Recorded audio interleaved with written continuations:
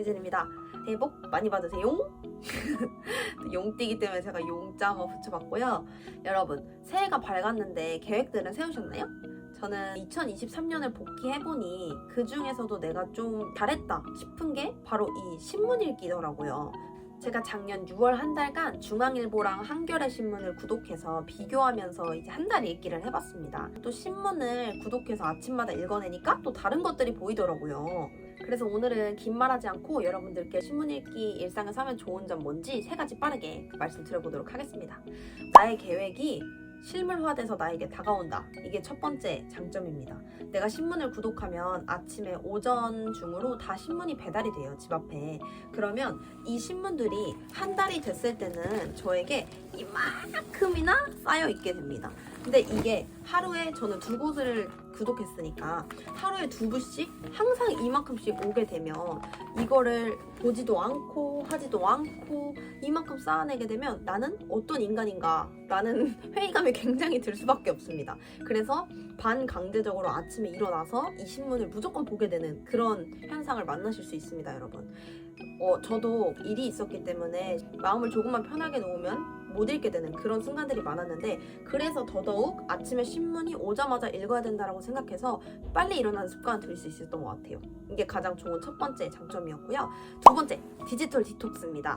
우리가 이제 기사나 뉴스 같은 걸 접할 때 요즘은 휴대폰으로, 인터넷으로 많이 접하게 되잖아요.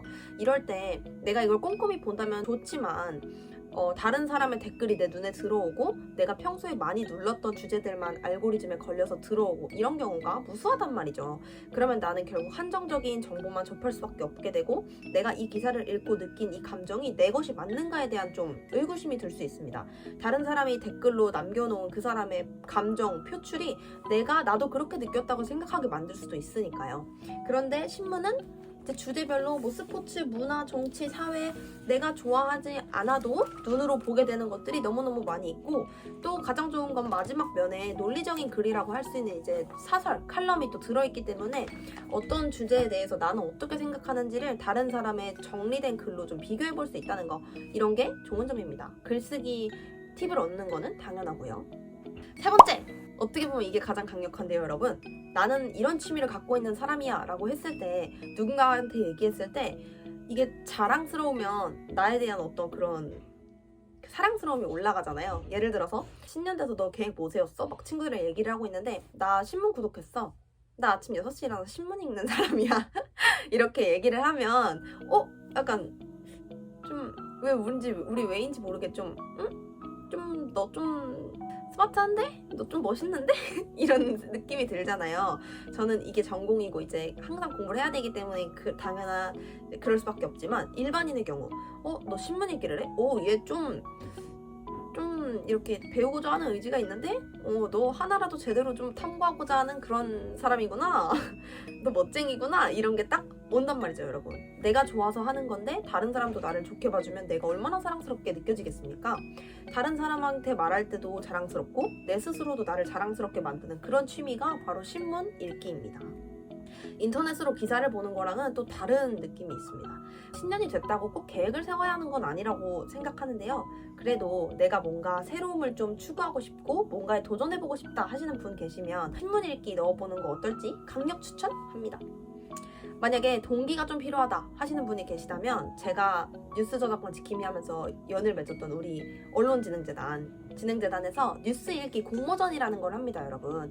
내가 하루하루 이제 읽었던 기사 출처를 이렇게 적어가지고 일기를 적는 건데요. 저도 했었어요.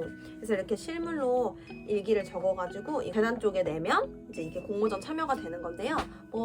결과에 상관없이 내가 읽었던 그 신문 기사 같은 거 정리한 나만의 또 체계한 거 만들어진다고 생각하면 그만큼 또 그것대로 가치가 있는 활동이니까, 좀 자극제가 필요한 분이 계시다면 이런 거 도전해보셔도 좋을 것 같습니다.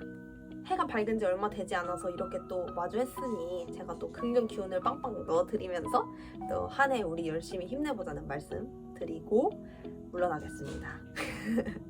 이 용도 열심히 살아볼 테니 여러분도 열심히 기운차게 늘 화이팅 하시길 바라겠습니다. 오늘 기분 좋은 하루 보내시길 바라면서 다음 영상으로 만나도록 하겠습니다.